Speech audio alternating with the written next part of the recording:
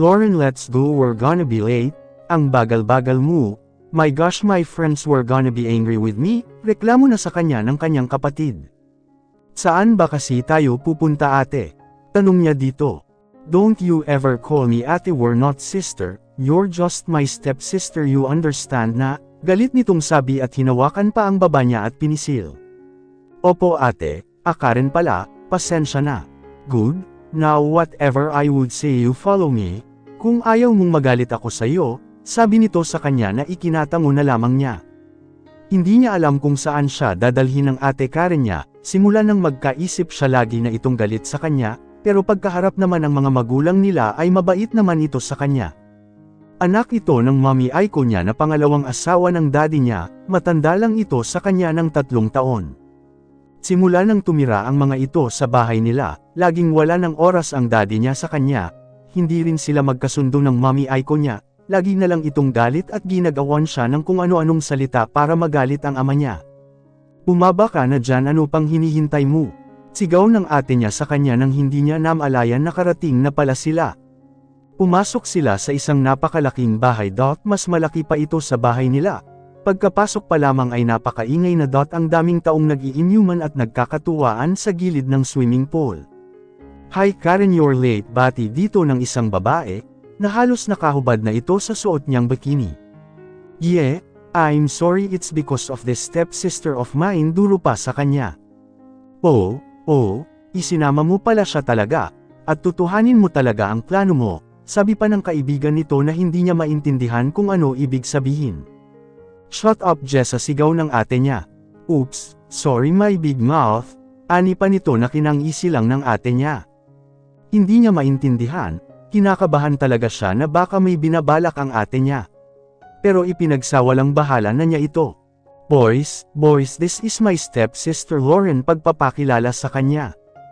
You have a beautiful stepsister Karen. I'm Michael. Pagpakilala nito na pinasadahan siya ng tingin mula ulo hanggang paa. Mukhang mga lasing na ang mga ito sa tono pa lang ng pananalita, kaya hindi na nawala ang kaba niya. Hey Lauren, wanna join us? Aya pa ng isang lalaki sa kanya. I'm Jace anyway, I'm Karen friend. Kinamayan siya nito na pinisil pa ang kanyang mga kamay, kaya hinela niya ito agad. Wag na po, hindi ako umiinom, tanggi niya dito. Lauren, what did I told you? Sabi ng ate niya, tiningnan pa siya ng masama nito. Pero ate, Karen, hindi ako umiinom, sagot niya dito. Hinela siya nito na muntik na niyang ikatamba, pinaupo siya nito sa mga kaibigang lalaki at pilit pinaiinom ng alak. Wala na siyang magawa kaya sinunod niya ito, na kahit labag man sa kanya ayaw niyang magalit ito sa kanya. Nahihilo na siya sa dami ng alak na pinaiinom sa kanya. Pinilit niyang tumayo para pumunta sa CR, ngunit nahihilo talaga siya, kaya napaupo siya ulit. Karen, did you see your stepsister? She's so drunk already. Ani pa ng isang babae na kasamahan nila. Yeah, she's really a look at her, she's a mess. Who would thought na ang isang napakasunurin at mabait na anak ni daddy, ay magiging ganito, nakamaalakhak pa ito. So itutuloy mo talaga ang plano mo, sabi pa nito. Yes, and if that happened, daddy will really mad at her. Hindi na niya maintindihan ang pinag-uusapan nila, dahil sa sobrang hilo na nararamdaman niya. Okay, let's go, it's time, bring her to my car. Aya na nito sa mga kasamahan nila, at binuhat siya ng isang lalaki at pinasakay sa likurang bahagi ng sasakyan. Karen, please iuwi muna ako, magagalit si daddy pag nalaman niya, pakiusap niya dito. That's all I want, yung magalit ang daddy mo sa iyo, at itakwil ka niya. And if that happen, kami na ni mommy ang magmamay-ari ng lahat ng kayamanan ng daddy mo, halakhak pa nito. Please, iuwi muna ako. Pag makaawa niya dito, naiiyak na siya, dahil alam niyang may gagawin itong masama sa kanya. Wala na siyang magagawa, hindi din niya kayang lumaban pa, sana lang hindi magalit ang daddy niya sa kanya. We're here Karen, sabi pa ng isang lalaki nang huminto na sila. Bring her to this room, she's paid already, sabi pa ni Karen dito. Pagkalabas nila ng sasakyan, umarurot din ito paalis. Iniwan siya nito sa kasamang lalaki na hindi niya alam kung saang lugar. Nagpupumiglas siya dito, ngunit mahigpit ang pagkakahawak sa kanya ng lalaki. Gusto din niyang sumigaw at humingi ng tulong, pero naunahan na siya ng lalaki. Don't you ever shout and ask for help, kung ayaw mong dito pa lang ay tapusin na kita, pagbabante sa kanya ng lalaki. Natatakot na siya sa kung anong gagawin sa kanya ng lalaking ito. Wala siyang magawa na makatakas dito, nahihilo at nanghihina pa ang katawan niya.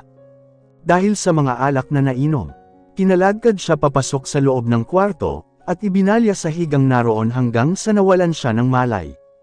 Naalimpungatan siya nang may maramdaman siyang humahalik sa kanya, na naginip pa ba siya dahil pakiramdam niya totoo ang mga nangyayari. Kaya pilit niyang idinilat ang mga mata at nakita niyang totoo nga na may humahalik sa kanya. At hubad na siya sa ilalim ng kumot, ganun din ang lalaking humahalik sa kanya. Natatandaan pa niyang pagkapasok ng kwarto na walan siya ng malay, ngayon may lalaking nagpapakasasa na sa katawan niya. Na siya lamang ang nakakita nito. Pilit nitong pinapasok ang dila sa loob ng bibig niya, ngunit lalo naman niyang itinikom ito. Itinulak niya ito para makawala sa pagkadagan sa kanyang ngunit malakas ito. Sisigaw na sana siya ngunit bigla naman natakpan ang kanyang bibig ng mga bibig nito, at sinibasib siya ng napakarahas na mga halik. Open your mouth, babe. I want to taste your sweet lips. Bulong nito sa tainga niya, na bumababa ang halik nito papunta sa dibdib niya, at pabalik sa mga labi niya. Nagsusumiksik itong makapasok, kaya nang maramdaman niyang pinisil nito ang isa niyang dibdib, ay napasinghap siya yun ang pagkakataon na nakapasok ang dila nito sa loob ng bibig niya. Umungol na siya dahil sa wala na siyang malanghap na hangin, di na siya makahinga. Kaya nang pinakawalan nito ang mga labi niya saka lamang siya nakahinga. Please don't maawa ka, umiiyak na niyang pakiusap dito, ngunit pinagpatuloy lamang ng lalaki ang ginagawa sa kanya. Hindi niya alam kung paano niya pahintuan ito, kahit magmakaawa siya hindi siya pinakikinggan. Nararamdaman niyang sinisipsip nito ang leeg niya at bumalik sa tainga niya, why you're resisting, my friends already paid you. So just enjoy, no more drama, bulong nito sa tainga niya, at tinuloy ang paghalik pababa sa dibdib niya, at hinalik-halikan nito habang ang isa ay himas ng kanang palad nito, lalong umiinit ang pakiramdam niya nang paglaruan nito ang taktok ng kanyang dibdib, na tila sanggol kung makasipsip ito. Pilitin man niyang lumaban, alam niyang hindi niya kaya malaking tao ito pinilit niyang itulak, pero masyado itong mabigat. Kahit umiyak man siya ng umiyak at magmakaawa, di rin siya pakikinggan. Patuloy lamang ito sa ginagawang paghalik at himas sa buong katawan niya. May pakiramdam siya na tila nagugustuhan na niya ang mga ginagawa sa kanya, ng estrangherong lalaki na ito. Sa unang pagkakataon ito ang kukuha ng pinakaiingatan niya sa loob ng 20 taon. Ito ang gusto ng kapatid niya. Ang mapariwara siya sa kamay ng ibang tao, tiyak niyang masaya ito sa nangyayari sa kanya ngayon. Naramdaman niyang bumaba pa ang mga halik nito, papunta sa kanyang puson pababa, pinilit niyang pagdikitan ang mga hita niya, ngunit mas malakas ang lalaki kaya naibuka pa rin ito. You're so beautiful, babe. Anas pa ng lalaki na hindi niya makita ang itsura, dahil nakakasubsob ito sa pagitan ng mga binti niya nang idilat niya ang kanyang mga mata. Hinahalik-halikan nito at sinisipsip ang kanyang lalong umiinit ang pakiramdam niya, nasasarapan na siya sa ginagawa nito, at napapaliyad na habang patuloy ito sa mga ginagawa sa kanya. Kaya napaungol na lamang siya dahil sa sarap na ginagawa ng lalaki sa kanya. Hanggang sa maramdaman niyang ipinasok nito ang isang kamay sa kanya, kaya pabiling-biling na lalo ang ulo niya sa sarap at hindi alam kung saan kakapit. Moan for me, babe. Utos ng lalaki sa kanya. Tama na, nahihi ako, sabi niya dito. Let it go, babe, just for me, sabi pa nito habang pinagpapatuloy ang paghaplos ng kamay nito sa kanyang katawan. Naramdaman niyang nilabasan na siya, lupaypay ang katawan niya na tila hapong-hapo siya.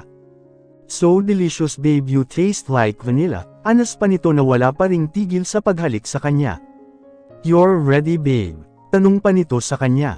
Ngunit hindi na siya pinagsalita nito at yamakap ito sa kanya at hinalikan siya sa mga labi. Naramdaman niyang may isang bagay sa pagitan ng mga binti niya. Natatakot man siya, pero ano pa magagawa niya, andito na siya, at tanggapin na lang ang mangyayari sa kanya. Kaya pinipilit ng lalaki ang ginagawa sa kanya, sobrang sakit at kirot ang naramdaman niya, kaya pakiramdam niya na parang hinihiwa ang buo niyang kalamnan. Oh, you're innocent, na tila gulat pang sabi ng lalaki sa kanya. Na huminto sa ginagawa sa kanya. Do I have to continue or I stop now? Nag-aalangan pang tanong nito sa kanya, na tila nagulat din sa pagkatuklas na malinis pa siya. Ayaw niyang idilat ang mga mata, ayaw niyang makita ang itsura ng lalaking kukuha ng kanyang pinakaiingatan. She knows kahit ayaw niyang pumayag wala pa rin siyang magagawa, kaya isang tango na lamang ang naging sagot niya dito, habang pikit na pikit ang kanyang mata. Are you sure? Tanong pa nito na kinatango niya ulit. Kaya muli itong kumilos sa kanya para maisakatuparan ang nais nitong mangyari sa kanila. Sobrang sakit ang naramdaman hanggang sa tumulo ang luha niya. Siniil siya ng halik nito, kaya ang kirot na naramdaman niya ay napalitan ng ibang pakiramdam. You're so good babe habang patuloy lang ito sa mga ginagawang seremonyas sa kanya. Nakakaramdam na siya ng kakaibang sensasyon sa kaibuturan niya, habang walang tigil ito sa ginagawa, habang may tinatamaan ito sa katawan niya, na nagbibigay ng ibang tuwa at pakiramdam niya, na iihi naman siya. Please stop iihin ako, sabi niya dito. Pero hindi ito nakikinig patuloy lamang ito. Just let it go for me babe. Sabayan mo ako let it go sabi nito sa may tenga niya. At sabay nga sila ng lalaki, na naramdaman pa niya na parang may kung anong malamig sa loob niya pagkatapos nito, ay lupaypay itong napayakap sa kanya. Doon lamang niya natitigan ang mukha nito. Napakagwapo pala nito, mahahabang pilik mata may matangos na ilong, at mamumulang labi, hindi na rin siya nagsisi na ito ang kumuha ng kanyang kalinisan. Kakalimutan na lang niya na nangyari ito sa kanya. Ano pa ang magagawa niya, nangyari na nawala na ang pinakaiingatan niya, dahil sa kawalang hiyaan ng kanyang stepsister. Nakatulog na ang lalaki sa tabi ng katawan niya, kaya pinilit niya itong iusog para maayos ang pagkahiga nito. Doon lamang niya naramdaman ang kaginhawaan, kundi pa niya inusog hindi pa pala naalis sa kanya.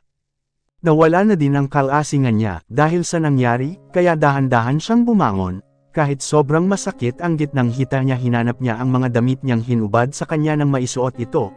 Aalis na siya ngunit naisip niyang wala pala siyang pera, kaya naghanap ito sa mga bulsa ng pantalon ng lalaki, at doon nakita niya ang wallet nito, kumuha siya ng 1,000 dahil puro ganito ang laman ng pitaka nito, nahagip din ng paningin niya ang ID nito. Samuel Santillan, CEO Santillan Industries and Construction Firm. Nagmamadali siyang lumabas sa kwartong iyon, kahit masakit pa ang nararamdaman niya ay ayaw niyang mabutan pa nito.